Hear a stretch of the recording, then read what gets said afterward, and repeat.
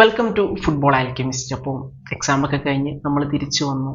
വേറെ കുറേ കാര്യങ്ങളൊക്കെ ഉണ്ടായിരുന്നു. എല്ലാം കഴിഞ്ഞ് തിരിച്ചു വരാൻ കുറച്ച് ലേറ്റായി എന്നറിയാം. Anyway sorry. നമുക്ക് ടോപ്പിക്കിലേക്ക് വരാം. ഫസ്റ്റ് തന്നെ ഡിസ്കസ് ചെയ്യാനുള്ളത് ട്രെൻഡിനെ കുറിച്ചാണ്. അപ്പോൾ trend to Real Madrid here we go ഫാബ്രീസിയോൻ്റെ സൈഡിൽ നിന്ന് വന്നിട്ടുണ്ട്. അപ്പോൾ അത് എന്തായാലും നടക്കുമെന്ന് നമുക്കറിയാവുന്ന ഒരു ഡീലായിരുന്നു. അപ്പോൾ നമുക്കറിയാം ഇത് ഏകദേശം ഒരു വർഷത്തോളമായി ഈ ഒരു സാഗ ആരംഭിച്ചിട്ട്. അപ്പോൾ തുടക്ക സമയത്തൊന്നും നമ്മൾ ആരും ഇത് വിശ്വസിക്കുന്നുണ്ടായിരുന്നില്ല. കാരണം നമ്മളെല്ലാവരും പ്രതീക്ഷിക്കുന്നത്, എസ്പെഷ്യലി ലിവർപൂൾ ഫാൻസ് പ്രതീക്ഷിക്കുന്നത്, ലിവർപൂളിൻ്റെ അക്കാഡമിയിലൂടെ വന്ന ഒരു പ്ലെയർ, ട്രെൻറ്റിനെ പോലത്തെ ഒരു പ്ലെയർ, ആൾ കരിയർ ഫുള്ള് ലിവർപൂളിൽ നിൽക്കണം തന്നെയാണ് എല്ലാവരും ആഗ്രഹിക്കുക, അവർ പ്രതീക്ഷിക്കുകയും ചെയ്തത്. പക്ഷേ അതിന് വിപരീതമായിട്ടാണ് പിന്നീട് കാര്യങ്ങൾ നീങ്ങിയിട്ടുണ്ടായിരുന്നത്. എസ്പെഷ്യലി ജനുവരിയിലേക്കൊക്കെ വരുന്ന സമയത്ത് റയൽ ഒരു 20 മില്യൺ ഓഫർ ലിവർപൂളിൻ്റെ ടേബിളിലേക്ക് വെക്കുന്നു ട്രെൻഡിന് വേണ്ടിയിട്ട്.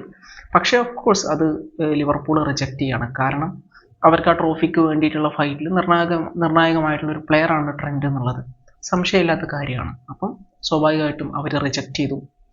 അപ്പം അതോടെ നമുക്ക് ക്ലിയറായ സംഭവമാണ്. അതായത് റയൽ അവിടെ ഒരു ബിഡ് വെച്ചിട്ടുള്ളത് എന്തായാലും അർണോൾഡിൻ്റെ റിവാർഡായിരിക്കും. അപ്പം ഫ്രീ ഏജൻ്റായിട്ട് എന്തായാലും അടുത്ത സമ്മറിൽ ഞങ്ങൾ ഇവനെ റാഞ്ചും, അതിനു മുമ്പ് വേണമെങ്കിൽ ഈ ഒരു ബിഡ് വെക്കാം എന്നുള്ള മൈൻഡിലാണ് റയൽ അത് വെച്ചിട്ടുണ്ടായിരുന്നത്. അവർ റിജക്റ്റ് ചെയ്തു ആൻഡ് ഫൈനലി റയൽ ആ പ്ലെയറെ റാഞ്ചി. അപ്പം റയലിൻ്റെ സൈഡിലേക്ക് നോക്കുന്ന സമയത്ത് അവരെ സംബന്ധിച്ചിടത്തോളം ഒരു ഗ്രേറ്റ് സൈനിങ് ആണ് അർണോൾഡിനെ പോലത്തെ ഒരു പ്ലെയർ എന്ന് പറയുന്നത്. അർണോൾഡ് എന്ന് പറഞ്ഞാൽ നമുക്കറിയാം ആൾ ജസ്റ്റ് ഒരു റൈറ്റ് ബാക്ക് അല്ല, ലോകത്തിലെ മറ്റേതൊരു മിഡ്ഫീൽഡറേയും പോലെ പാസിംഗ് റേഞ്ചുള്ള, സെറ്റ് പീസ് എടുക്കാൻ പറ്റുന്ന, ടെക്നിക്കലി ബ്രില്യൻ്റ് ആയിട്ടുള്ള, അത്യാവശ്യം പ്രസ് റെസിസ്റ്റൻ്റ് ആയിട്ടുള്ള ഒരു ഹൈ ക്വാളിറ്റി പ്ലെയറാണ് ട്രെൻഡ് എന്ന് പറയുന്നത്. പിന്നെ ട്രെൻഡിൻ്റെ വീക്ക്നെസ് നമുക്കറിയാം, ആൾ ഡിഫെൻസീവ്ലി വളരെ വീക്കാണ്, അത്യാവശ്യം വീക്കാണ്. അപ്പം അതാണ് ട്രെൻഡിനെ സംബന്ധിച്ചിടത്തോളം ഒരു വീക്ക്നെസ് ആയിട്ടുള്ളത്. ബാക്കിയുള്ള കാര്യങ്ങളൊക്കെ പെർഫെക്റ്റ് ആണ്. ടെക്നിക്കൽ സൈഡൊക്കെ ട്രെൻഡിൻ്റെ നോക്കുകയാണെങ്കിൽ അടിപൊളിയാണ്, എസ്പെഷ്യലി സെറ്റ് പീസിലേക്കൊക്കെ വരുന്ന സമയത്ത്. പിന്നെ നിങ്ങളൊന്ന് ആലോചിച്ച് നോക്കുക, റയൽ മാഡ്രിഡ് ഒരു കൗണ്ടർ അറ്റാക്ക് ഒക്കെ ചെയ്യുന്ന സമയത്ത് വിനീഷ്യസിലേക്കോ റോഡ്രിഗോയിലേക്കോ എംബാപ്പയിലേക്കൊക്കെ ട്രെൻഡിൻ്റെ ത്രൂ ബോൾസ് വരുന്ന ഒരു സീനൊന്ന് ആലോചിച്ച് നോക്കുക. Accurate through balls. നമ്മൾ ഇത്രയും കാലം അത് ഡിയാസിലേക്ക് പോകുന്നതും ഗ്യാക്പോയിലേക്ക് പോകുന്നതും ഒരു സമയം വരെ ഫെർമിനോയിലേക്ക് പോകുന്നതും മാനയിലേക്ക് പോകുന്നതും സലയിലേക്ക് പോകുന്നതൊക്കെ നമ്മൾ കണ്ടിട്ടുണ്ട്. പക്ഷേ ഇനി നമ്മൾ കാണാൻ വേണ്ടി പോകുന്നത് ആ ബോൾ റോഡ്രിഗോയിലേക്കും വിനീഷ്യസിലേക്കും എംബാപ്പയിലേക്കൊക്കെ പോകുന്നതാണ്. സോ അത് വല്ലാത്തൊരു സീനായിരിക്കും. റയൽ ഫാൻസിനെ സംബന്ധിച്ചിടത്തോളം അവർ സമ്പൂർണ്ണ ഹാപ്പിയാണ്. പിന്നെയെന്ന് പറഞ്ഞു കഴിഞ്ഞാൽ അവിടെ ഒരു മാനേജറിയൽ ചേഞ്ച് നടക്കാൻ വേണ്ടി പോവാണ്. നമുക്കറിയാം കാർലോ ആഞ്ചലോട്ടി പടിയിറങ്ങാൻ വേണ്ടി പോവാണ്. പകരക്കാരൻ ആരായിരിക്കും എന്ന് ചോദിച്ചു കഴിഞ്ഞാൽ ഫോർ മീ 90% അത് എന്തായാലും സാബി അലോൺസോ ആയിരിക്കും. ഒരു 95% അത് സാബി അലോൺസോ ആയിരിക്കും. അത്തരത്തിൽ തന്നെയാണ് റിപ്പോർട്ട്സ് നമ്മൾ കേൾക്കുന്നത്. സോ അലോൺസോ വന്നു കഴിഞ്ഞാൽ ഒരു 3 at the back system plus 2 wing back, ആ ഒരു വിങ് ബാക്കിൽ ഒരാളായിട്ട് നമ്മുടെ ട്രെൻഡ് കളിക്കുക എന്ന് പറഞ്ഞു കഴിഞ്ഞാൽ അത് റയലിനെ സംബന്ധിച്ചിടത്തോളം ഹ്യൂജ് ബൂസ്റ്റ് ആയിരിക്കും. ഒരു സംശയമില്ലാത്ത കാര്യമാണത്. ഹ്യൂജ് ബൂസ്റ്റ് എന്ന് പറഞ്ഞു കഴിഞ്ഞാൽ ഹ്യൂജ് ബൂസ്റ്റ് ആയിരിക്കും. കാരണം അറിയാലോ, ട്രെൻഡ് എന്ന് പറഞ്ഞു കഴിഞ്ഞാൽ അസിസ്റ്റ് കൊടുക്കുന്ന, ഗോൾ അടിക്കുന്ന സർവ്വ ക്വാളിറ്റി ഉള്ളൊരു പ്ലെയറാണ്. അപ്പം അറിയാം, അപ്പോൾ ഈ ലെവർകൂസനിൽ സാബി ഉള്ള ഈ ഒരു സമയത്ത് അവിടെ ഫ്രിംഗ്പോങ് റൈറ്റ് സൈഡിൽ കൊണ്ടുവരുന്ന ഇമ്പാക്റ്റ് നമുക്കറിയാം. അപ്പം അതേപോലത്തെ ഇമ്പാക്റ്റ്, അതിലപ്പുറമുള്ള ഇമ്പാക്റ്റൊക്കെ ചിലപ്പം ട്രെൻഡിൻ്റെ സൈഡിൽ നിന്ന് നമുക്ക് കാണാൻ കഴിഞ്ഞെന്ന് വരും. ഓക്കെ. പിന്നെന്ന് പറഞ്ഞു കഴിഞ്ഞാൽ ലിവർപൂളിനെ സംബന്ധിച്ചിടത്തോളം നോക്കുകയാണെങ്കിൽ അവർക്ക് പുതിയൊരു റൈറ്റ് ബാക്കിനെ സൈൻ ചെയ്യേണ്ടതായിട്ടുണ്ട്. അവിടെ നമുക്കറിയാം ബ്രാഡ്ലി ഉണ്ട്, പക്ഷേ ബ്രാഡ്ലി പോരാ. ബ്രാഡ്ലി ഭയങ്കര മോശമെന്നൊന്നും ഞാൻ പറയില്ല. Bradley is good. ആൾക്ക് പ്രീമിയർ ലീഗിൽ അത്യാവശ്യം കളിക്കാനൊക്കെ പറ്റും, പിടിച്ചു നിൽക്കാൻ വേണ്ടി പറ്റും. എന്നാൽ കുറേ ഇഞ്ചുറി പ്രശ്നങ്ങളൊക്കെ ആൾക്കുണ്ട്. പിന്നെ അറിയാലോ, ആൾ ഡെവലപ്പ് ആയിക്കൊണ്ടിരിക്കുന്ന ഒരു പ്ലെയറാണ്. ആ ഒരു ഡെവലപ്മെൻറ്റ് പൂർണ്ണ സ്റ്റേജിൽ എത്തിയിട്ടില്ല.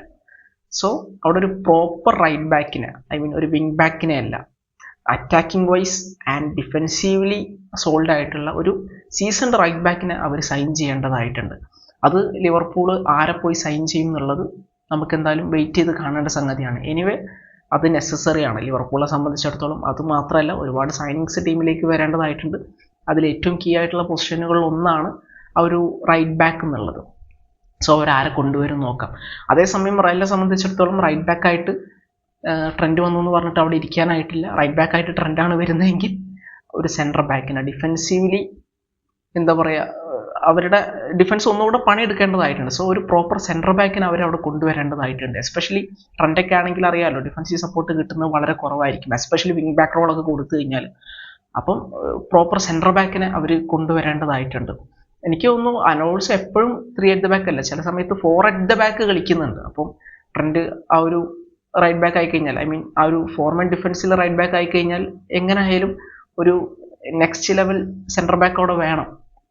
അപ്പോൾ എന്തായാലും അത് റയൽ ചെയ്യുന്നതാണ് പ്രതീക്ഷിക്കുന്നത്.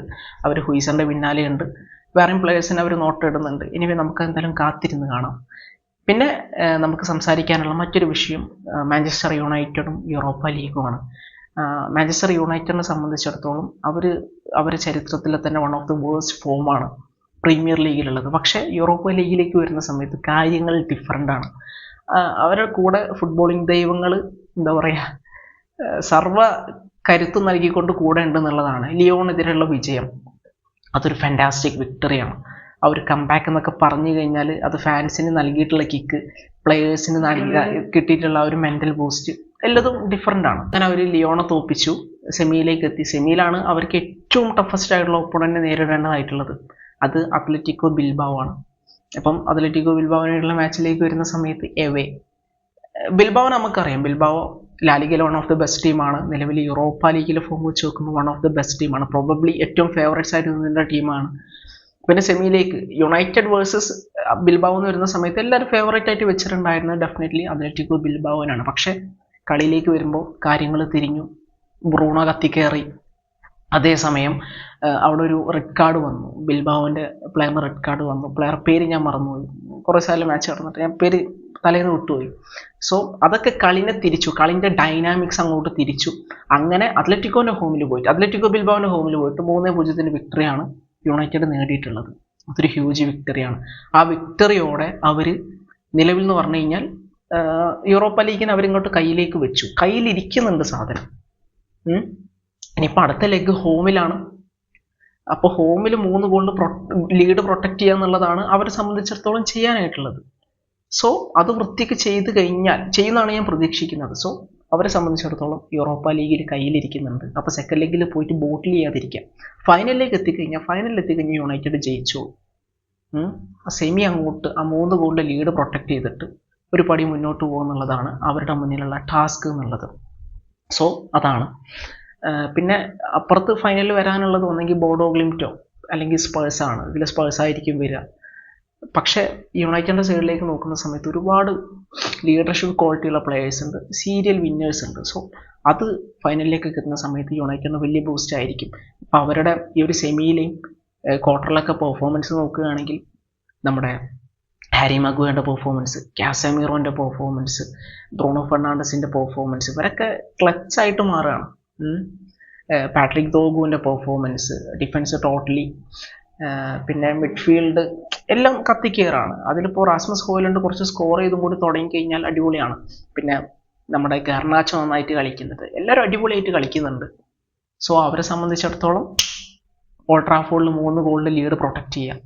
2 ഗോളിന് തോറ്റാലും വേണ്ടില്ല, 3-2 ഒരു അഗ്രിഗ്രേറ്റിലെങ്കിലും അപ്പുറത്തേക്ക് കയറുക, പോയി കപ്പടിക്കുക. അപ്പോൾ ഈ കപ്പടിച്ച് കഴിഞ്ഞാൽ അത് മാത്രമാണോ ഗുണം?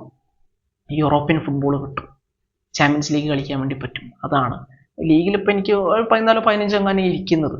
അപ്പം ലീഗിൽ നിന്ന് മേലോട്ട് പോയിട്ട് ഒരു യൂറോപ്യൻ സ്പോട്ട് കിട്ടാൻ വേണ്ടി പോകുന്നില്ല. അപ്പം ഏറ്റവും ബെസ്റ്റ് വേ ആണ് യൂറോപ്പ ലീഗ് അടിച്ചിട്ട് UCL എത്തുക എന്നുള്ളത്.